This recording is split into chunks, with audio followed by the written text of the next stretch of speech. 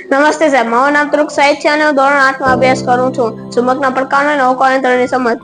તો આજુ આમાં હવે હું તમને ચુંબકના પડકારો અને આકારો વિશે સમજ આપીશ. તો આજુ અમારા હાથમાં ગજિયા જેવો આકારનું ચુંબક છે અને ગજિયાકાર ચુંબક કહેવામાં આવે છે. દરેક ચુંબકના બે ધ્રુવ હોય છે, ઉત્તર ધ્રુવ અને દક્ષિણ ધ્રુવ.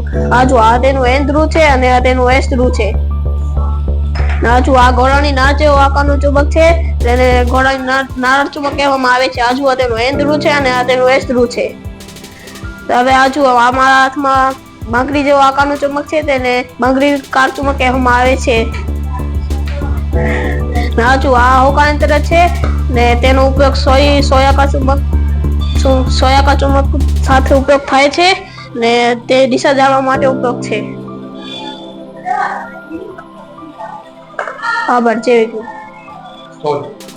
બહુ સરસ સાહિદે આપણે આજે ધોરણ 6 ની અંદર પાઠ 10 પાના નંબર 108 ઉપર જે ચુંબકના આકારો અને આકારો ઉપરથી ચુંબકના કેવી રીતે ઉપયોગ કરી એના વિશે પણ થોડી તમને માહિતી એને આપી છે. તો આપણી પાસે બધા ચુંબક મોસ્ટ ઓફ અહીંયા કને અવેલેબલ છે. એક ગજિયા ચુંબક છે, કંકણાકાર એટલે કે આપણે બંગડી જેવો, સિલિન્ડર આકાર, નળાકાર ચુંબક, ઘોડાની નાળ જેવો ચુંબક. આકૃતિ પણ વિદ્યાર્થીએ બહુ સરસ અને પોતાની રીતે ચાર્ટ જે બનાવી આવ્યા છે, જેમને પ્રેરણા થઈ કે ભાઈ સાહેબે કીધું મેં એમને કીધું તું આકૃતિઓ બનાવજો તમારી રીતે. પણ એવા સરસ કાયમી ચાર્ટ એ લોકોએ પોતાની રીતે જે તૈયાર કર્યા. સાહેબ તમને ને આ ઈર્ષાદ બંનેને અભિનંદન છે. અને જે હોકા યંત્રની વાત કરે છે એમાં સોયાકાર ચુંબકનો ઉપયોગ થાય છે, જે દિશા જાણવા માટે ઉપયોગી છે.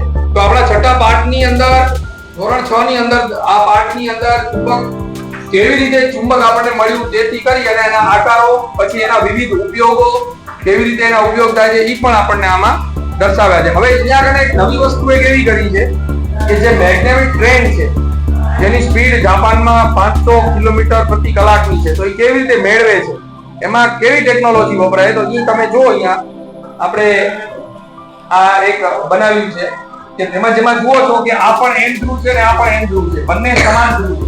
અને બંને સમાન ધ્રુવના કારણે અને પેન્સિલની અંદર આ બંને કંકણાકાર ચુંબક એટલે કે બંગડી જેવા જે ચુંબક છે એ વચ્ચે ભરાવી દીધા છે અને બંને સ્થિર થઈ ગયા છે. અને સ્થિર થવાના કારણે, કારણ કે બંને સમાન ધ્રુવો વચ્ચે અપાકર્ષણ થશે, અપાકર્ષણના કારણે આ આખી પેન્સિલ છે એ નીચે અડ્યા વગર ઉપર ફરીએ છે. તો આ જ સિદ્ધાંત ઉપર મેગ્નેટિક ટ્રેન કામ કરે છે. તો હું આશા રાખું છું કે આવી ઘણી બધી પ્રવૃત્તિથી તમે પરિચિત થયા હશો. તમે પણ બાળકો ઘરે આવી રીતે પ્રવૃત્તિ કરશો. આભાર. જય વિજ્ઞાન.